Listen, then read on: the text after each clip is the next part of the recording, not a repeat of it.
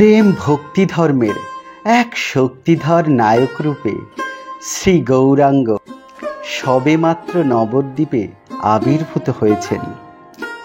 বৈষ্ণব সাধক ও ভক্ত নরনারী দলে দলে শরণ নিচ্ছেন তার চরণতলে। শ্রী গৌরাঙ্গের নতুন প্রেম ধর্মের জোয়ার যখন ঢেউ তুলেছিল দেশের দিক বিদিকে, সুদূর উত্তর বাংলার তালখড়ি গ্রামেও এ ঢেউ সেদিন পৌঁছে গিয়েছিল। তালখড়ি চতুষ্পাঠীর তরুণ পণ্ডিত লোকনাথ চক্রবর্তী লোকমুখে শ্রী গৌরাঙ্গের আবির্ভাব কাহিনী শুনলেন। শুনে তার হৃদয় অপার আনন্দে ভরে উঠল। এই গৌরাঙ্গ যে তারই প্রিয় বন্ধু বিশ্বম্ভর মিশ্র। উভয়ে তারা প্রায় সমবয়সী। লোকনাথ যখন অদ্বৈত আচার্যের কাছে ভাগবত অধ্যয়নরত, বিশ্বম্ভর তখন গঙ্গাদাস পণ্ডিতের টোলে ব্যাকরণ পাঠ করেন। উভয়ের মধ্যে কত ঘনিষ্ঠতা, কত হৃদ্যতাই না ছিল। সেই বিশ্বম্ভর আজ আবির্ভূত হয়েছেন গৌড়ীয় বৈষ্ণবদের মহানায়ক রূপে। শ্রেষ্ঠ সাধকেরা তাকে জ্ঞান করছেন ভগবান রূপে। এই জন্যেই তো লোকনাথের আনন্দের আর অবধি নেই। বিষয় বিরক্ত নৈষ্ঠিক বৈষ্ণব সাধক লোকনাথ পণ্ডিত নিজের সংকল্প স্থির করে ফেললেন। সংসার হতে চির বিদায় নিয়ে উপনীত হলেন নবদ্বীপে। প্রভু শ্রী গৌরাঙ্গ নিজ ভবনের অলিন্দে বসে তখন ভক্তদের সঙ্গে বিরাজ করছেন। গদাধর, মুরারি, শ্রীরাম প্রভৃতি অন্তরঙ্গ ভক্তেরা সম্মুখে উপবিষ্ট। প্রভু ভাবাবেশে মত্ত হয়ে কখনো কৃষ্ণ কথা বলছেন, কখনো বা কৃষ্ণ বিরহের আরতিতে হচ্ছেন মুহ্যমান। এক এক সময় তাকে দেখা যাচ্ছে অতিশয় চিন্তাকুল, গম্ভীর বদন।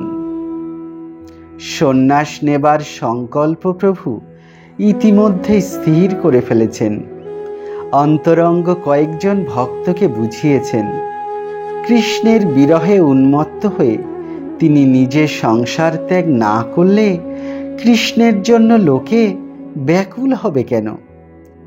সর্বত্যাগী সন্ন্যাসী না হলে বিষয় লোকে তার কথা শুনবে বা কেন? তাই মাঝে মাঝে প্রভুকে গম্ভীর হতে দেখে ভক্তগণের প্রাণ শুকিয়ে গেল। বিষণ্ণ অন্তরে ভাবতে লাগলেন, হয়তো আসন্ন বিচ্ছেদের আর দেরি নেই। এমনি সময়ে দীর্ঘ পথ পরিব্রাজনের পর শ্রান্ত ক্লান্ত দেহে ভক্তপ্রবল লোকনাথ চক্রবর্তী সেখানে এসে উপস্থিত। ছিন্ন তরুর মতো বিরহক্ষিন্ন লোকনাথ লুটিয়ে পড়েন প্রভুর চরণতলে। বাহু প্রসারিয়া প্রভু তাকে প্রেমালিঙ্গন দান করলেন। প্রাণ তার পরম আনন্দে উচ্ছ্বলিত হল। কৃষ্ণের চিহ্নিত ভক্ত লোকনাথের হৃদয়ে জেগেছে কৃষ্ণ প্রেমের আরতি। তাই সর্বস্ব ত্যাগ করে সে ছুটে এসেছে তারই কাছে। আর শ্রী গৌরাঙ্গ গদগদ স্বরে বলতে থাকেন, লোকনাথ, আমার প্রাণের লোকনাথ, তুমি এসে গিয়েছ। আহা, কৃষ্ণের কি কৃপা! হারানো বন্ধুকে আজ আবার আমি ফিরে পেলাম। নবভাবে উদ্দীপিত হয়ে প্রভু এবার শুরু করেন তার নর্তন কীর্তন। প্রভুর দিব্য লাবণ্যময় রূপ, ভাবের প্রমত্ততা আর ঘন ঘন সাত্ত্বিক প্রেমবিকার দর্শনে লোকনাথ আনন্দে একেবারে আত্মহারা। বহু দিনের সুখস্বপ্ন আজ তার সফল। কৃষ্ণ প্রেমের মূর্ত বিগ্রহ শ্রী গৌরাঙ্গের মধুময় সান্নিধ্যে এবার তিনি এসে পড়েছেন।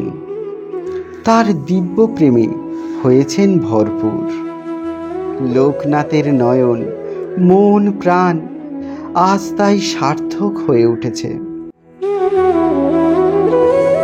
গভীর রাত্রে কীর্তন, কৃষ্ণ কথা এবং ইষ্টগোষ্ঠী শেষ হলো। প্রভু বললেন, লোকনাথ, বহু দূর থেকে পদব্রজে তুমি এসেছ, পথশ্রান্ত তুমি। আজ গৃহে গিয়ে বিশ্রাম নাও। কাল প্রভাতে আমাদের সাক্ষাৎ হবে। অন্তরঙ্গ কথা, প্রাণের গোপন কথা তোমায় তখন বলবো। লোকনাথ, কৃষ্ণের কি অপার মহিমা!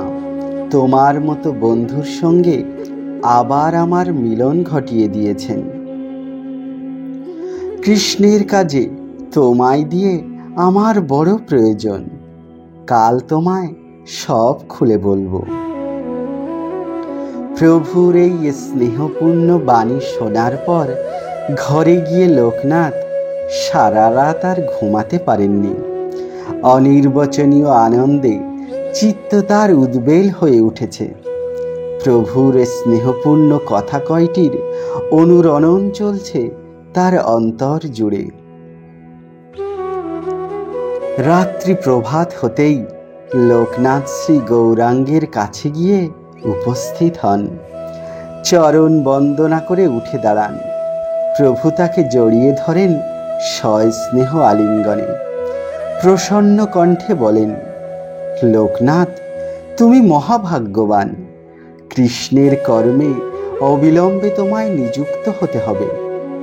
নবদ্বীপে আর তোমার থাকার আবশ্যক নেই। তুমি বৃন্দাবনে চলে যাও। কৃষ্ণের প্রেম মাধুর্যমণ্ডিত লীলাস্থলীগুলো আজও লোকচক্ষুর অন্তরালে রয়ে গিয়েছে। বহু বছরের ব্যবধানে সেই সব পুণ্যস্থল হয়েছে অরণ্যে পরিণত। তুমি এগুলো উদ্ধারের ভার নাও। এখন থেকে কৃষ্ণ নাম আর কৃষ্ণলীলা তীর্থের উদ্ধার, এই দুটি হোক তোমার নিত্যকার পবিত্র কর্ম। লোকনাথের মাথায় যেন বজ্রাঘাত হলো। এ কি নিষ্ঠুর কথা বলছেন গৌর সুন্দর! করজোড়ে বললেন, প্রভু, বড় আশা করে ঘর সংসার ছেড়ে দিয়ে নবদ্বীপে এসেছি তোমার ভুবনমোহন লীলা দর্শন করব বলে। আর ভিখারির মতো এক পাশে পড়ে থাকব? এখন তুমি আমায় সে আশায় এমন করে বাজ আনছ? তোমার দর্শন লাভের পরেই এমন করে আমায় কেন দূরে ঠেলে দিচ্ছ? আমার কোন দোষে এমন নির্মম হলে তুমি? আমি নির্মম কোথায় লোকনাথ? তোমায় যে কৃষ্ণের কর্মের ভার দিয়েছি, এছাড়া বৈষ্ণবের আর কি ঈপ্সিত বস্তু থাকতে পারে বলো তো? না প্রভু, তুমি যাই বলো, আমি বুঝতে পেরেছি তোমার বিশাল হৃদয়ে নগণ্য লোকনাথের জন্য এতটুকু স্থান নেই, তাই তাকে এমনভাবে করছ অপসারিত। প্রভু উত্তরে বললেন, লোকনাথ, বৃন্দাবনই যে আমার হৃদয়, সেই বৃন্দাবনেই তো আমি তোমায় স্থাপন করছি স্থায়ীভাবে। কৃষ্ণ বলেছেন, বৃন্দাবনং পরিত্যজ্য পাদমেকং না গচ্ছামি। সেই বৃন্দাবনে চিরদিন কৃষ্ণ সঙ্গী হয়ে, কৃষ্ণধ্যানে বিভোর হয়ে তুমি থাকবে। এ কি কম সৌভাগ্যের কথা লোকনাথ, যে বৃন্দাবনের কৃষ্ণ আর বৃন্দাবন লীলা তোমার উপজীব্য, সেই বৃন্দাবনেই তো তোমায় পাঠাচ্ছি। প্রভু, এত কঠিন হও না তুমি, আমার এ সময় দূর করে দিও না তুমি। ক্রন্দন করে উঠলেন লোকনাথ। প্রভু আবার প্রবোধ দিয়ে বলেন, আমার কথা মন দিয়ে শোনো লোকনাথ। নিত্য বৃন্দাবন সিদ্ধ বৈষ্ণবের আস্বাদ্য, সবার জন্য তো নয়, কিন্তু ভৌম বৃন্দাবন আস্বাদ্য সকল ভক্ত নরনারীর। আমি চাই ভৌম বৃন্দাবনকে তোমার সাধনা ও কর্ম দিয়ে জাগিয়ে তোলো, তার দুয়ার উন্মোচন করে দাও ভক্ত পাষণ্ডী সবারই জন্য।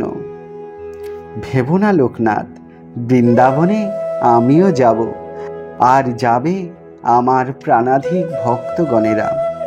সবাই মিলে প্রকটিত করবে কৃষ্ণ লীলার পবিত্র পীঠস্থানগুলি, লীলা মাহাত্ম্যের প্রচার করে জীবন করবে সার্থক।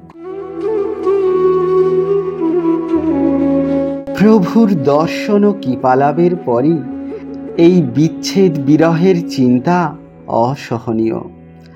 অন্তরঙ্গ ভক্তদের নিয়ে প্রাণপ্রিয় প্রভু নবদ্বীপে আনন্দের মেলা বসিয়ে দিয়েছেন, উৎসারিত করছেন প্রেমভক্তি রসের দুর্লভ প্রবাহ। এসব ছেড়ে নির্জন অরণ্য সংকুল বৃন্দাবনে কি করে দিন অতিবাহিত করবেন লোকনাথ ভেবে পান না। সেই সঙ্গে প্রভুর আজ্ঞার কথা এবং কৃষ্ণ লীলাস্থল উদ্ধারের ঐশ্বরীয় ব্রত উদযাপনের গুরুত্ব বিস্মিত হওয়া যায় না। বৃন্দাবনে বাস করতে অবশ্যই তিনি যাবেন, কিন্তু প্রভুর পুণ্যময় দর্শন ও সঙ্গ যে তার আরও কিছুদিন চাই। সজল নয়নে প্রভুর নিকট ভিক্ষা করলেন আর কয়েকটি দিনের মধুময় সান্নিধ্য। প্রভু সম্মত হলেন।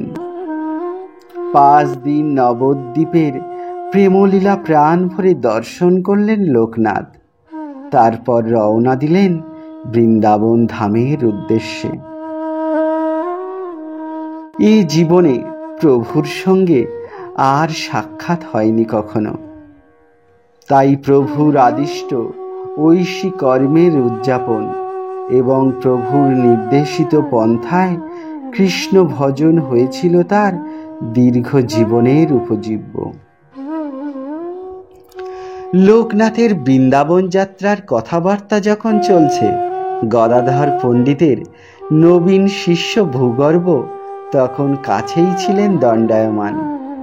বৃন্দাবনে গিয়ে সাধন ভজন করবেন, এই ইচ্ছাটি তার মনে বহুদিন যাবৎ প্রচ্ছন্ন ছিল। ভূগর্ভ দেখলেন তার পক্ষে এ এক পরম সুযোগ। বললেন, প্রভু, আপনার আজ্ঞা যদি মেলে তবে আমিও পণ্ডিত লোকনাথের সঙ্গী হয়ে বৃন্দাবনে যেতে পারি। তার পার্শ্বচর হয়ে আপনার মনোমতো কার্য এ অধম কিছুটা সম্পন্ন করতে পারবে, সে হবে আমার পরম সৌভাগ্য। সহায় সম্পদহীন অবস্থায় বৃন্দাবনে গমনের পর লোকনাথের একটি সঙ্গী থাকবে, এ তো অতি উত্তম কথা। প্রভু শ্রী গৌরাঙ্গ তাই মহা আনন্দিত। সহোৎসাহে ভূগর্ভকে লোকনাথের সহযাত্রী হওয়ার অনুমতি দিলেন। প্রভুর অনুমতির পর গদাধর পণ্ডিতেরও কোনো আপত্তি রইল না। তাড়াতাড়ি উভয়কে প্রভু রওনা করিয়ে দিলেন তার আদিষ্ট কর্ম উদযাপনের জন্য।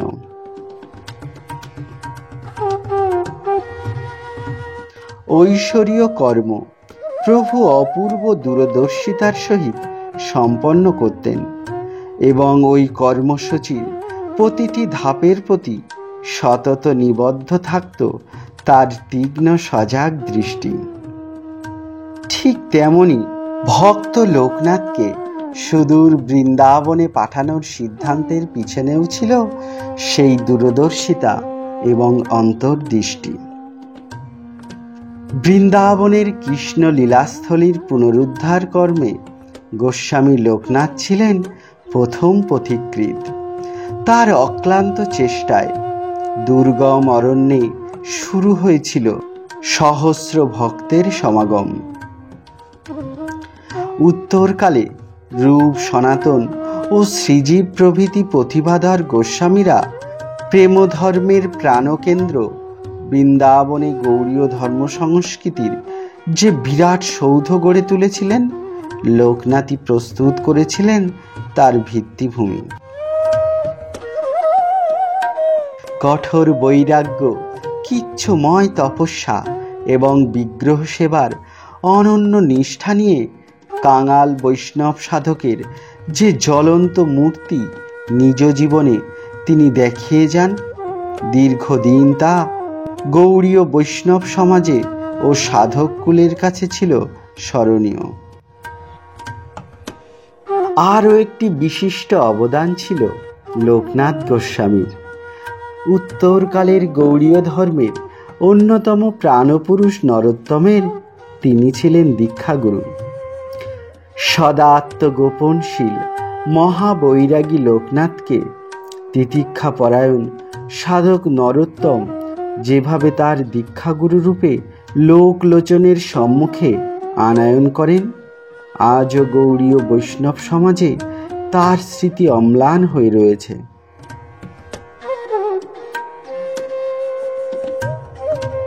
লোকনাথ গোস্বামীর জন্ম হয় যশোর জেলার তালখড়ি গ্রামে। পিতার নাম পদ্মনাভ চক্রবর্তী, মাতা সীতাদেবী। পদ্মনাভ খ্যাতনামা পণ্ডিত ছিলেন। যৌবনে নবদ্বীপে থেকে তিনি বিদ্যা অর্জন করেন এবং বৈষ্ণব আচার্য শ্রী অদ্বৈতের নিকট বৈষ্ণবীয় ধর্মে দীক্ষা লাভ করেন। গৃহে ফিরে পদ্মনাভ এক চতুষ্পাঠী স্থাপন করেন। লোকনাথ গোস্বামী তার তৃতীয় সন্তান। বালক বয়সে লোকনাথ পিতার চতুষ্পাঠীতেই শিক্ষা লাভ করেন। 14 বছর বয়সেই দেখা যায় সংস্কৃত সাহিত্যে ও শাস্ত্রে তার সন্তোষজনক ব্যুৎপত্তি হয়েছে। তারপর উচ্চতর শিক্ষার জন্য প্রেরিত হন নবদ্বীপে। এ স্থানে এসে লোকনাথ শাস্ত্র অধ্যয়নে রত হন এবং পিতার আদেশে তার গুরু অদ্বৈত আচার্যের কাছে শুরু করেন ভাগবত পাঠ। অদ্বৈতের পাঠচক্র ও কীর্তন সভায় তার ঘনিষ্ঠ সঙ্গী ছিলেন গদাধর। অদ্বৈতের শাস্ত্র ব্যাখ্যা ও বৈষ্ণব সাধনার প্রভাবে পড়ে লোকনাথ কৃষ্ণ ভজনে ও কৃষ্ণতত্ত্ব অধ্যয়নে উৎসাহী হয়ে ওঠেন। তারপর কয়েক বছরের মধ্যে লোকনাথ ভাগবতের তত্ত্বে অধিকার লাভ করেন। কৃষ্ণ আরাধনা ও কৃষ্ণ প্রাপ্তির আকাঙ্ক্ষা অন্তরে জেগে ওঠে দুর্নিবারভাবে। এ সময় আচার্য অদ্বৈত এই স্নেহভাজন তরুণকে কৃষ্ণ মন্ত্রে দীক্ষা দেন। এই দীক্ষার পর হতেই লোকনাথের অন্তর্জীবনে আসে সুদূর প্রয়াসী পরিবর্তন। প্রেম ভক্তির রস উপজিত হয় তার সাধন সত্তায়। তত্ত্বানুসন্ধান ও সাধন ভজনে তিনি নিবিষ্ট হয়ে পড়েন। নবদ্বীপের ছাত্র জীবনেই লোকনাথ তরুণ বিশ্বম্ভরের ঘনিষ্ঠ সান্নিধ্যে আসেন। উভয়েই ছিলেন প্রায় সমবয়সী এবং শুদ্ধ সত্য, তাই অচিরে উভয়ের মধ্যে গড়ে ওঠে অচ্ছেদ্য সখ্যতার বন্ধন। নবদ্বীপের পাঠ সাঙ্গ হলে লোকনাথ যশোহরে স্বগ্রাম তালখড়িতে ফিরে যান। চতুষ্পাঠী খুলে শুরু করেন অধ্যাপক বৃত্তি। সুপণ্ডিত অধ্যাপক এবং কৃষ্ণভক্ত আচার্য রূপে ধীরে ধীরে সে অঞ্চলে তার সুনাম ছড়িয়ে পড়ে। জনশ্রুতি আছে এই সময় পণ্ডিত বিশ্বম্ভর উত্তরকালের শ্রী চৈতন্য মহাপ্রভু একবার তালখড়িতে এসে উপস্থিত হন। পণ্ডিত হিসেবে বিশ্বম্ভর তখন পূর্ব বাংলার কয়েকটি অঞ্চলে পরিভ্রমণ করছিলেন। নবদ্বীপ হতে বিশ্বম্ভর পণ্ডিতের আগমনের কথা শুনে লোকনাথের পিতা পদ্মনাভ গ্রামের উপান্তে গিয়ে উপস্থিত হন। নবীন পণ্ডিতকে আতিথ্য গ্রহণ করান তার গৃহে। প্রাক্তন সুহৃদ এবং নবদ্বীপের প্রতিভাধর নবীন পণ্ডিত বিশ্বম্ভরের আগমনে লোকনাথের আনন্দ আর ধরে না। ছাত্র জীবনের কথা, নবদ্বীপের পুরাতন কথা প্রভৃতি আলোচনায় উভয়ে মত্ত হয়ে পড়েন। এই সাক্ষাতের কয়েক বছর পরেই বিশ্বম্ভরের জীবনে ঘটে বিরাট রূপান্তর। তীক্ষ্ণধী বিদ্যাদর্পী নবীন পণ্ডিত পরিণত হন এক নতুন মানুষে। নতুন প্রেমভক্তি আন্দোলনের মহানায়ক রূপে নবদ্বীপের সাধক ও পণ্ডিত সমাজে সৃষ্টি করেন তিনি বিরাট চাঞ্চল্যের। অচিরে অগণিত বৈষ্ণব ভক্তের দিক দিশারি ও আশ্রয় দাতা রূপে তিনি কীর্তিত হয়ে ওঠেন। এই সময়েই লোকনাথ ব্যাকুল হয়ে ওঠেন প্রভু শ্রী গৌরাঙ্গের দর্শনের জন্য। জননী সীতাদেবী বহু পূর্ব হতেই বুঝে গিয়েছেন পুত্র তার সত্যকার বৈরাগ্যবান সাধক। তার কৃষ্ণরতি ও কৃষ্ণ আরাধনার জের এখানেই থামবে না। কৃষ্ণের বাঁশি অতি সত্বরই তাকে একদিন টেনে নিয়ে যাবে ঘর সংসারের বাইরে। জননী সীতাদেবী ও জনক বৃদ্ধ পণ্ডিত পদ্মনাভের ভাগ্য ভালো। তরুণ লোকনাথের গৃহত্যাগের শোক তাদের সহ্য করতে হয়নি। পুত্র বিরাগী হওয়ার পূর্বেই অল্প দিনের ব্যবধানে তারা লোকান্তরে চলে যান। লোকনাথের জ্যেষ্ঠ দুই ভ্রাতা ইতিমধ্যে বিবাহ করে সংসারী হয়েছেন। লোকনাথ তখনও অবিবাহিত। এই সময় তার বয়স প্রায় 25 বছর। এই তরুণ বয়সেই অন্তরে জেগে উঠেছে তীব্র নির্বেদ। মন তার একান্তভাবে পড়ে রয়েছে নবদ্বীপে। সেখানে প্রেমধর্মের নব উদ্গাতা তার প্রাক্তন সুহৃদ শ্রী গৌরচন্দ্রের উদয় ঘটেছে। ভক্তি প্রেমের আলোকে সমুজ্জ্বল হয়ে উঠেছে বাংলার তমসাবৃত অধ্যাত্মগণ। সে আলোকের হাতছানি লোকনাথকে আজ পাগল করে তুলেছে। অগ্রহায়ণ মাসের এক নিশীত রাত্রে সমাগত তার জীবনের পরম লগ্ন। ইষ্টদেবের অমোঘ হাতছানিটি তাকে ব্যাকুল করে তোলে। কৃষ্ণ কৃষ্ণ বলে ঘরের বাইরে এসে দাঁড়ান লোকনাথ। পদব্রজে ছুটে চলেন অন্ধকারময় পথ প্রান্তর দিয়ে। দীর্ঘ পথ অতিক্রম করে তৃতীয় দিবসে উপস্থিত হন নবদ্বীপে। প্রভুর দর্শন লাভে হন কৃতকৃতার্থ। তারপর মাত্র 5 দিনের ব্যবধানে প্রভুর আন্তরিক ইচ্ছায় ও নির্দেশে চিরদিনের জন্য চলে যান বৃন্দাবন ধামে। বৃন্দাবনের যাত্রাপথে লোকনাথ ও ভূগর্ভকে প্রায় 3 মাস অতিবাহিত করতে হয়। তখনকার দিনে পথঘাট মোটেই নিরাপদ ছিল না। কাজেই লোকনাথ ও ভূগর্ভকে বিপদ সংকুল নানা অঞ্চল এড়িয়ে বহু পথ ঘুরে বৃন্দাবনে উপস্থিত হতে হয়। এই 3 মাসে লোকনাথ ও ভূগর্ভ উভয়ে উভয়কে ঘনিষ্ঠভাবে চিনেছিলেন, আবদ্ধ হয়েছিলেন অচ্ছেদ্য একাত্মতার বন্ধনে। বৃন্দাবনে বাস করার সময়েও উভয়ের এই প্রীতির বন্ধন অক্ষুণ্ণ ছিল। শাস্ত্রবিদ প্রেমিক বৈষ্ণব লোকনাথ ছিলেন প্রভুর লুপ্ত তীর্থ উদ্ধারের প্রধান ভারপ্রাপ্ত ব্যক্তি, আর ভূগর্ভ পণ্ডিত ছিলেন তার সদা সহচর ও বিশ্বস্ত সহকারী। উভয়ে মিলে মথুরা ও ব্রজমণ্ডলের নানা স্থানে পরিভ্রমণ শুরু করেন এবং সেই সঙ্গে চলে লীলাস্থলীসমূহের অনুসন্ধান। পুরাণ শাস্ত্র ও জনশ্রুতির ইঙ্গিত গ্রহণ করে বহুতর স্থানে তারা ঘোরাফেরা করতে থাকেন। কিন্তু মথুরা, বৃন্দাবন ও ব্রজমণ্ডলের বিস্তৃত অঞ্চল তখন অরণ্যে আবৃত, পথঘাট দুর্গম ও তস্কর ও দস্যুদের দ্বারা উপদ্রুত।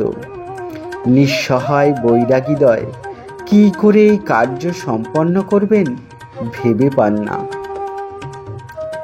স্থানীয় সাধুদের কাছে পুরাণ বর্ণিত কৃষ্ণ লীলাস্থলী সমূহের কিছু কিছু সন্ধান পাওয়া যায় বটে, কিন্তু তার প্রামাণিকতা প্রতিপন্ন করা কঠিন হয়ে পড়ে।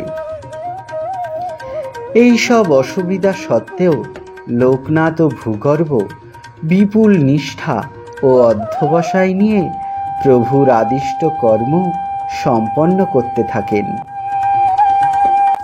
অনাহারে অনিদ্রায় দেহ ক্লিষ্ট হয়ে পড়েছে। জনমানবহীন দুর্গম গভীর বনে কত দিন ও কত রাত্রি কাটাতে হয়েছে, কিন্তু কোনো কিছুতেই তাদের ভূক্ষেপ নেই। যখন যেখানে যে জনশ্রুতি ও শাস্ত্রীয় ইঙ্গিতের সন্ধান মিলেছে, অপার নিষ্ঠায় সেসব লিপিবদ্ধ করে রেখেছেন। আর তীর্থচারী সাধু মহাত্মাদের সাহায্য নিয়ে চলেছেন সেগুলির তথ্য নিরূপণ ও শনাক্তকরণ কাজে।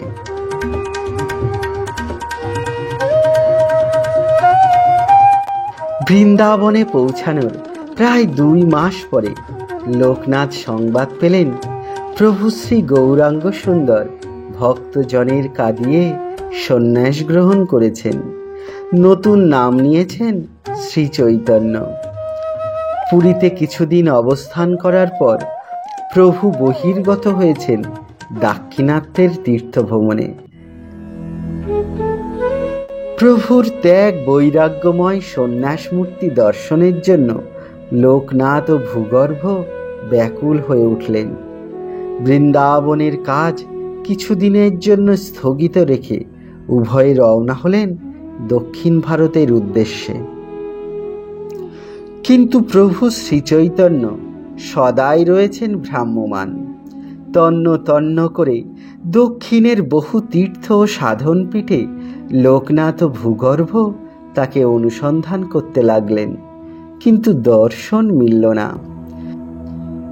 এদিকে প্রভু দাক্ষিণাত্য ভ্রমণ শেষ করে পুরীতে কিছুদিন অবস্থান করে আবার পরবর্তী বৎসরে বৃন্দাবনে এসে উপস্থিত হলেন। কিন্তু লোকনাথ ও ভূগর্ভ তখন সেখানে নেই। উভয়ে তখন দক্ষিণ দেশের তীর্থে তীর্থে প্রভুর দর্শনের আশায় ঘুরে বেড়াচ্ছিলেন। কিছুদিন পরে বৃন্দাবনে প্রত্যাবর্তন করেই শুনলেন প্রভু শ্রী চৈতন্য ভাবাবিষ্ট অবস্থায় ব্রজমণ্ডলের নানা স্থানে ভ্রমণ করে রওনা হয়েছেন প্রয়াগের দিকে। উন্মত্তের মতো লোকনাথ ও ভূগর্ভ ছুটে চললেন প্রভুকে ধরবার আশায়। পথে রাত্রির অন্ধকার নেমে আসলো। শ্রান্ত ক্লান্ত দেহে উভয়ে আশ্রয় নিলেন এক বৃক্ষতলে। গভীর রাত্রে লোকনাথ দর্শন করলেন এক চাঞ্চল্যকর স্বপ্ন। জ্যোতির্ময় মূর্তিতে প্রভু আবির্ভূত হয়েছেন তার সম্মুখে। তাকে আশ্বাস দিয়ে প্রসন্ন মধুর কণ্ঠে বলছেন, তোমার নিকটে নিরন্তর আছি আমি, বৃন্দাবন হইতে কোথা না যাইও তুমি, প্রয়াগ হইতে আমি যাব নীলাচল, শুনিতে পাইবে মোর বৃত্তান্ত সকল। এই স্বপ্ন দর্শনের মধ্য দিয়ে ভক্ত লোকনাথের বিরহক্ষীণ্ণ হৃদয়ে কৃপাময় প্রভু বুলিয়ে দিলেন শান্তির প্রলেপ। লোকনাথের গণ্ডবে ঝরতে লাগলো পুলকাশ্রু। প্রভুর বাণী শিরোধার্য করে সংকল্প গ্রহণ করলেন, এই জীবনে আর কখনো বৃন্দাবন পরিত্যাগ করে কোথাও যাবেন না। প্রভুর আদিষ্ট কর্ম উদযাপন ও প্রভুর ধ্যান মননেই করবেন দিন যাপন।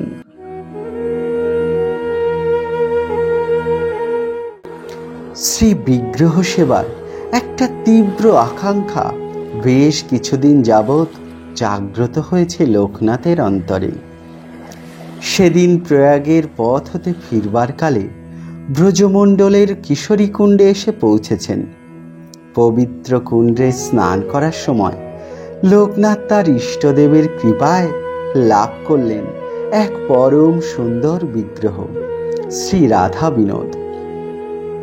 এখন হতে এই বিগ্রহের সেবা ও ধ্যান জপ হয়ে উঠল তার ব্যক্তিগত সাধন জীবনের প্রধান উপজীব্য। শ্রী বিগ্রহ কৃপা ভরে দর্শন দিয়ে সেবা প্রকট করিয়েছেন বটে, কিন্তু তার ভক্তের কাঙালত্ব তো মোচন করেননি। প্রভুর সেবার আসন, শয্যা, সাজ পোশাক, ভোগরাগ, অনেক কিছু উপকরণ দরকার। নিষ্কিঞ্চন বৈষ্ণব লোকনাথের পক্ষে এসব জোটানো কঠিন। কোনো অর্থ সম্বলই যে তার নেই। অরণ্যচারী সাধু তিনি, দিন রাত বনে বনে লুপ্ত তীর্থ উদ্ধারের জন্য ঘুরে বেড়ান। একখানা পর্ণ কুটিরও তার নেই। অনেকে সাধু বাবাকে খুব ভালোবাসে। তারা প্রস্তাব দেয়, বাবাজি, নিজে তুমি যেখানে সেখানে ঘুরে বেড়াও, থাকা খাওয়ারও কোনো ঠিক নেই, কিন্তু ঠাকুর যখন কৃপা করে এসেছেন তোমার কাছে, তাকে তো ভালোভাবে রাখতে হবে। আমরা তোমার জন্য একটি কুঁড়ে ঘর বেঁধে দিচ্ছি, সেখানে ঠাকুরের সেবা পূজা তুমি করতে থাকো। লোকনাথ উত্তর দেন, বাবা, আমি যেমন বনচারী, আমার ঠাকুরে যে তাই। যতদিন আমি বনে বনে ঘুরে বেড়াবো, তিনিও থাকবেন আমার সঙ্গে। আমি থাকব বৃক্ষতলে, আর আমার ঠাকুর থাকবে বৃক্ষের কোঠরে। সেই ব্যবস্থাই আপাতত চলতে লাগল। রোজ প্রত্যুষে উঠে লোকনাথ ভক্তি ভরে বন তুলসী ও বনফুল তুলে আনেন। নিবিষ্ট হয়ে সম্পন্ন করেন শ্রী বিগ্রহের পূজা। বেলা হলে অরণ্যের শাক পাতা ফল এনে প্রস্তুত করেন ভোগরাগ। ইষ্ট বিগ্রহকে শয়ান দেন পুষ্পসজ্জায়।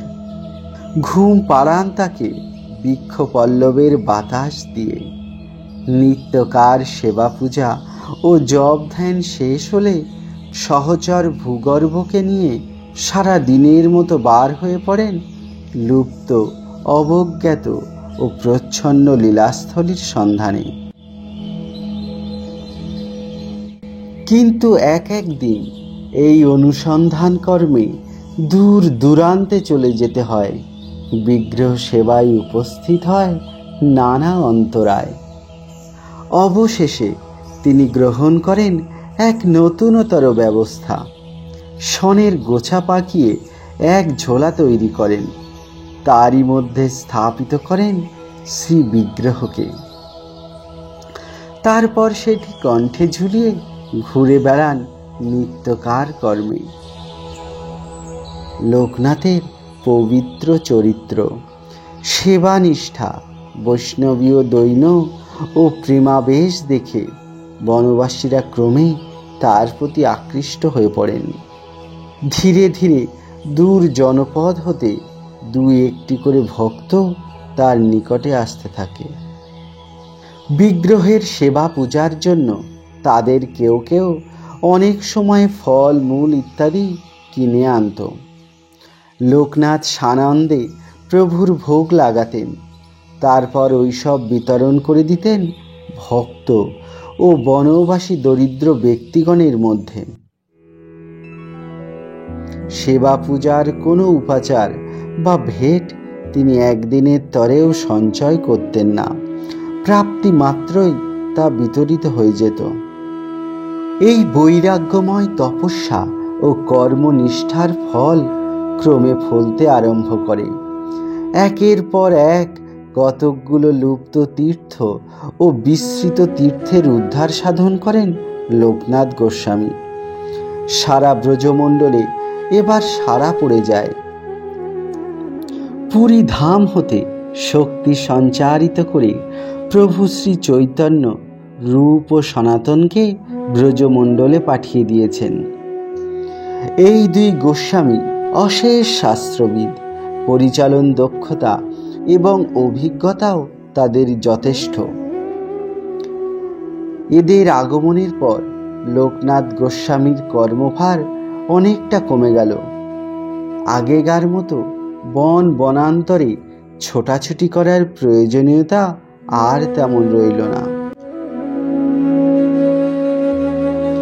অতঃপর গৌড়ীয় ভক্ত সমাজের উপরে পতিত হল মহাদুর্দৈবের আঘাত। প্রভু শ্রী চৈতন্য নীলাচলে লীলা সংবরণ করলেন। এই সময় ভক্তপ্রবর রঘুনাথ দাস বিষাদ ক্ষীণ হৃদয়ে কাঁদতে কাঁদতে উপস্থিত হলেন শ্রী বৃন্দাবনে। লোকনাথ রূপ সনাতন, গোপাল ভট্ট, রঘুনাথ ভট্ট প্রভৃতি বৃন্দাবনে আগে হতেই অবস্থান করছিলেন। প্রভু শ্রীচৈতন্যের এই প্রতিভাধর পরিকরদের ঐকান্তিক সাধনা ও কর্মের ফলে ভৌম বৃন্দাবনে পত্তন হল এক নবতর ভক্তি সাম্রাজ্যের। এই ভৌম বৃন্দাবনে প্রথম ও বরেণ্য পথিকৃৎ হলেন লোকনাথ গোস্বামী।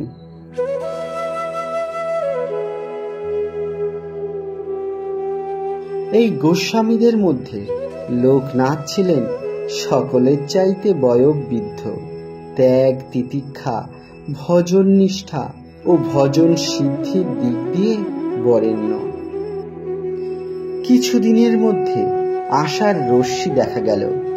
ত্যাগ বৈরাগ্য ও মুমুক্ষার আরতি নিয়ে বৃন্দাবনে একে একে উপস্থিত হলেন তিনটি চিহ্নিত সাধক, শ্রীনিবাস, নরোত্তম ও শ্যামানন্দ।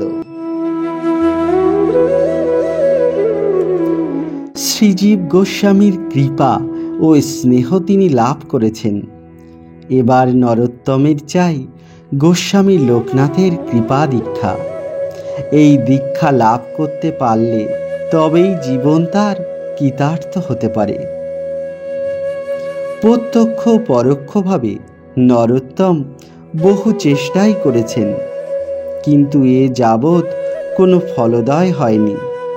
লোকনাথ প্রভু তার প্রতিজ্ঞায় অটল।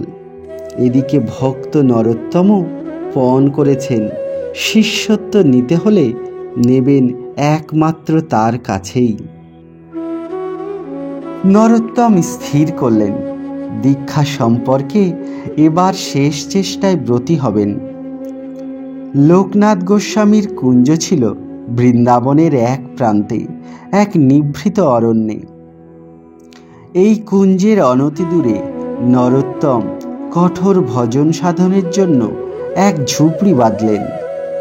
দিন রাতের অধিকাংশ সময় জপ ধ্যানে অতিবাহিত হতো, কিছুটা সময় শ্রীজীবের নিকট শাস্ত্র অধ্যয়নে, অবশিষ্ট সময় নিবিষ্ট থাকতেন বহু আকাঙ্ক্ষিত গুরুমূর্তির ধ্যানে। স্বল্পভাষী তপস্যারত লোকনাথ গোস্বামীর নিকটে তিনি সবসময় যেতেন না বা তাকে উত্ত্যক্তও করতেন না। মৃদুস্বরে ইষ্ট নাম গেয়ে টহল দিতেন তার কুঞ্জের চারিদিকে। সর্বদা লক্ষ্য রাখতেন সদা ভজনশীল লোকনাথকে কেউ যেন বিরক্ত না করে। কিছুদিন এভাবে চলল। অতঃপর নরোত্তম উদ্ভাবন করলেন গুরু সেবার এক বিচিত্র উপায়। লোকনাথ প্রত্যুষে উঠে নিকটস্থ বনের এক নির্দিষ্ট স্থানে শৌচ যেতেন। নরোত্তম স্থির করলেন এখন হতে গুরুর মেথরের কাজটি তিনি গ্রহণ করবেন। তাতে একদিকে বৃদ্ধ গুরুর পরিচর্যা যেমন করা হবে, তেমনি নিজেরও হবে অহমিকার বিনাশ। উত্তরবঙ্গের অন্যতম শ্রেষ্ঠ জমিদারের পুত্র তিনি। এতকাল দেশে রাজতুল্য সম্মানে থেকেছেন, অকল্পনীয় ভোগ বিলাসের মধ্যে বর্ধিত হয়েছেন। লোকের কাছে রাজসম্মান প্রাপ্তির ফলে অন্তরে যে অহংবোধ দানা বেঁধেছে, এই ত্যাগ বৈরাগ্যের জীবনেও হয়তো তা একেবারে যায়নি, সূক্ষ্মভাবে রয়ে গিয়েছে। বৃন্দাবনে আসার পরেও লক্ষ্য করেছেন মন্দিরের পূজারী ও সাধু সন্ন্যাসী যারা তার পূর্বাশ্রমের সংবাদ জানেন, বেশ কিছুটা সমীহ করেন, তাকে সম্ভ্রমও দেখান। তাই তিনি ভাবলেন, না, এবার গুরুর মেথরের কাজের মধ্য দিয়ে সেটাকে নিশ্চিহ্ন করবেন। সংকল্প অনুযায়ী কাজ শুরু করে দিলেন। প্রত্যহ 4 দণ্ড রাত্রি থাকতে নির্দিষ্ট বনের প্রান্তে উপস্থিত হতেন। স্থানটিকে কণ্টক শূন্য করে ঝাঁটা দিয়ে ভালোভাবেই মার্জন করতেন। নিকটেই রেখে দিতেন সদ্য তোলা 1 ভাণ্ড জল। তারপর ঝাঁটা গাছটি এক কোণে পুঁতে রেখে সরে পড়তেন সেখান হতে। আবার বেশ খানিকটা বাদে ফিরে এসে কোদালির সাহায্যে স্থানটি ময়লামুক্ত করে ফেলতেন। এইভাবে অন্তরালে আত্মগোপন করে নরোত্তম দিনের পর দিন চালিয়ে যান তার গুরু সেবা। প্রথম দিনেই লোকনাথ গোস্বামী বুঝলেন কেউ অলক্ষ্যে থেকে তার সেবা করে চলেছে। ভাবলেন স্থানীয় কোনো বন্য পশুই হয়তো তার মল পরিষ্কার করে দিচ্ছেন। এইভাবে বেশ কিছুদিন চলার পরে কৃষ্ণভাবে সদা বিভাবিত আপন ভোলা লোকনাথ গোস্বামীর মনে হঠাৎ একদিন একটা ধাক্কা লাগে। ভাবেন, কাজটি তো আমার পক্ষে বড় গর্হিত হচ্ছে।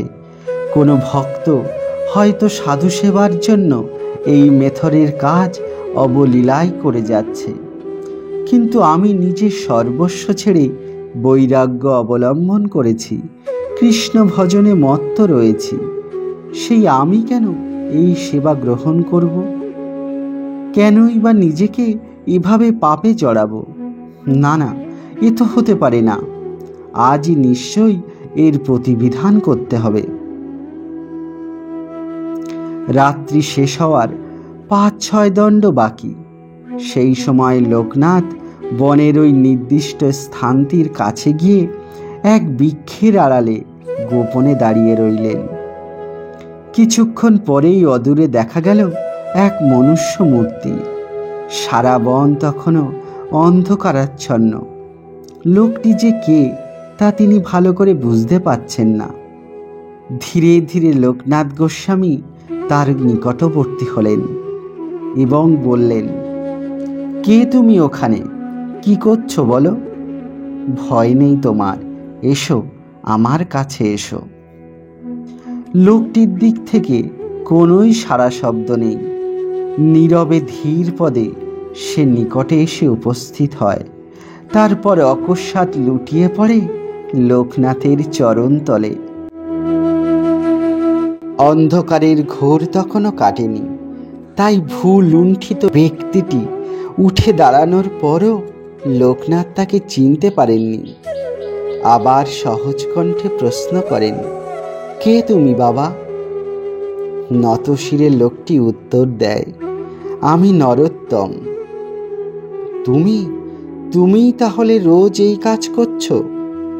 সবিস্ময়ে বলে ওঠেন লোকনাথ গোস্বামী।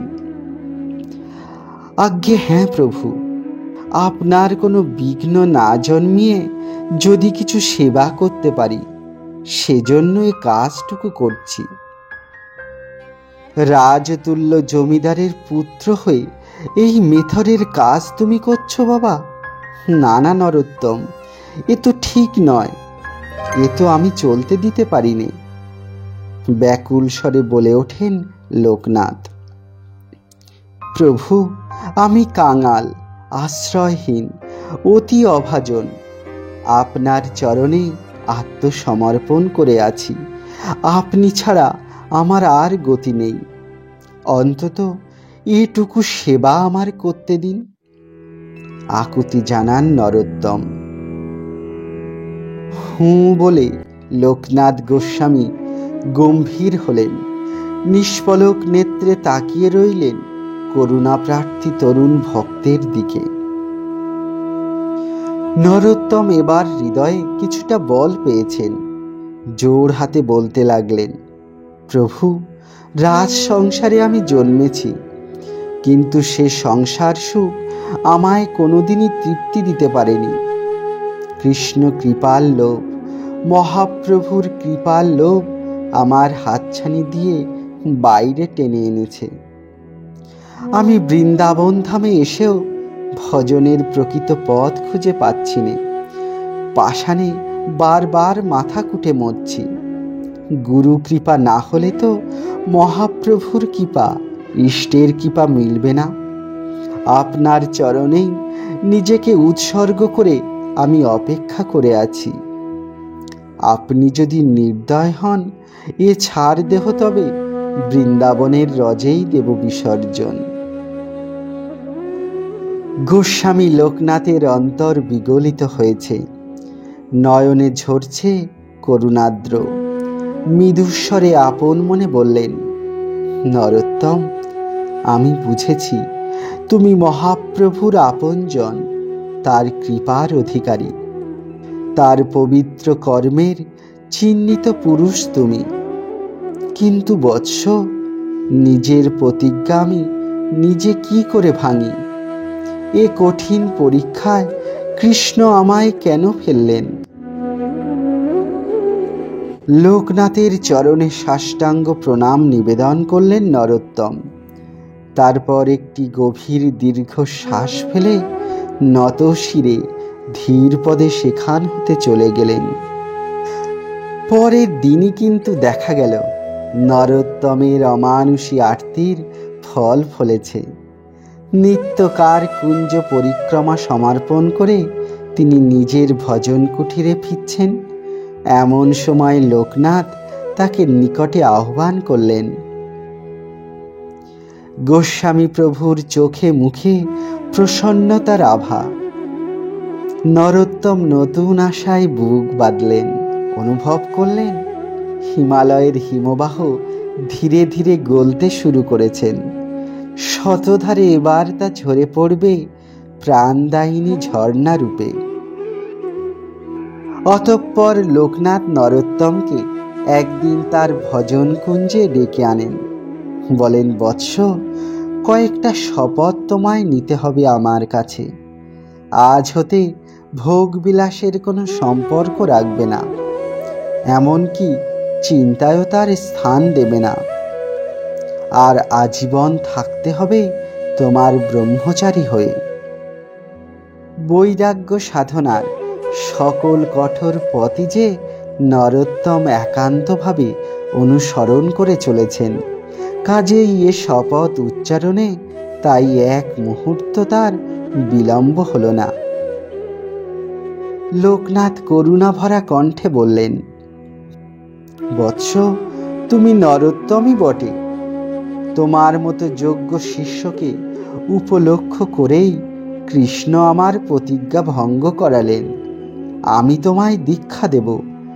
আগামী শ্রাবণ পূর্ণিমার তিথিতে তুমি পাবে তোমার ইষ্ট মন্ত্র। নরোত্তম আনন্দে আত্মহারা, শাস্ত্রনয়নে তৎক্ষণাৎ লুটিয়ে পড়লেন লোকনাথের চরণে। বহু আকাঙ্ক্ষিত দীক্ষা লাভ করলেন নরোত্তম। এবার সহোৎসাহে রত হলেন সদ্গুরুর সর্বাত্মক সেবায়। সেই সঙ্গে গুরুর উপদেশ নিয়ে নিগুড় অন্তরঙ্গ প্রেম সাধনার ক্রমগুলি তিনি অতিক্রম করতে লাগলেন।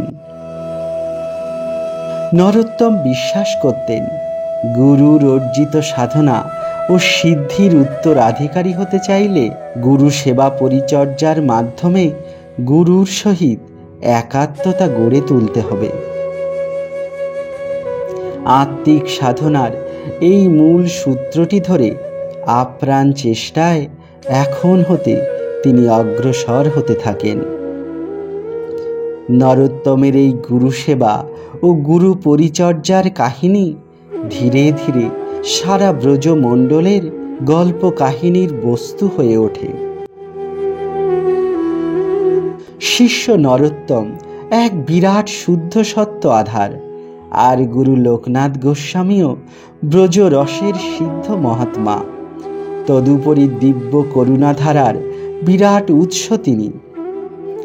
গুরুর কৃপাতায় এবার ঝরে পড়ল অঝোর ধারে।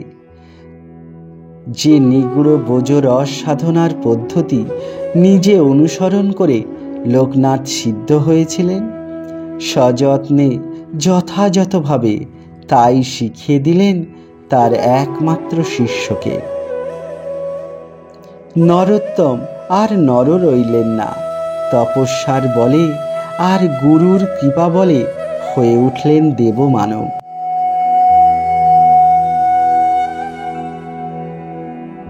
লোকনাথ গোস্বামী ক্রমে জরাগ্রস্ত এবং স্থবির হয়ে পড়ছিলেন।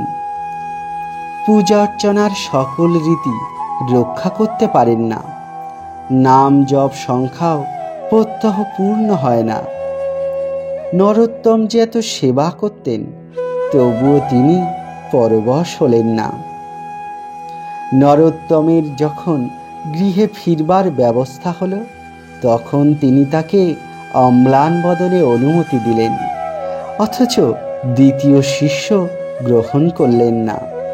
নরোত্তমই তার একমাত্র শিষ্য।